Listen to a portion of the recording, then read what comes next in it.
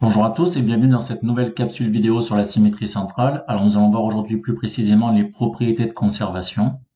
Tout d'abord pour les longueurs et les alignements de points, puis pour les mesures d'angle et enfin nous terminerons par les périmètres et les aires de figure.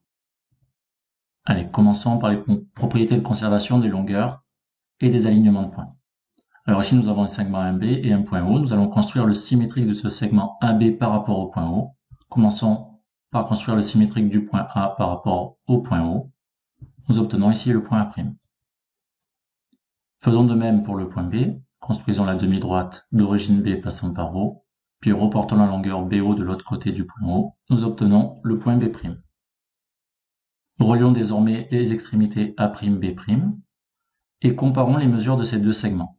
Lorsque nous mesurons le segment AB, nous trouvons 6,3 cm, et pour le segment A'B', nous trouvons également 6,3 cm. Dans cet exemple, nous pouvons donc affirmer que la symétrie centrale conserve les longueurs des segments. Allez, construisons un point C qui soit dans l'alignement des points A et B. Donc ici, le point C appartient à la demi-droite d'origine B passant par A. Construisons le symétrique du point C par rapport au point O, en reportant la longueur CO de l'autre côté du point O. Nous obtenons le point C'. Si nous prolongeons le segment B'A', nous voyons que le point C' appartient à la demi-droite d'origine B' passant par A'. Ceci veut dire que la symétrie centrale conserve l'alignement des points. Si au départ nous avons 3 points alignés et que nous construisons leurs symétriques seront également alignés. Passons désormais à la conservation des mesures d'angle. Pour cela, nous allons construire un point D de telle sorte que on arrive à former un angle aigu ici ABD.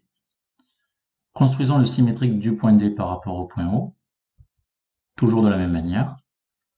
Nous obtenons ici le point D', et nous pouvons donc construire l'angle A'B', D'. Nous allons pouvoir désormais mesurer ces angles. Nous trouvons pour l'angle de sommet B 34 degrés, et pour l'angle de sommet B', également 34 degrés. Nous pouvons rajouter la propriété suivante. La symétrie centrale conserve également les mesures d'angle. Allez, passons enfin au périmètre et aux aires de figure. Donc ici, nous avons une figure tracée sur un quadrillage. Construisons sa figure symétrique.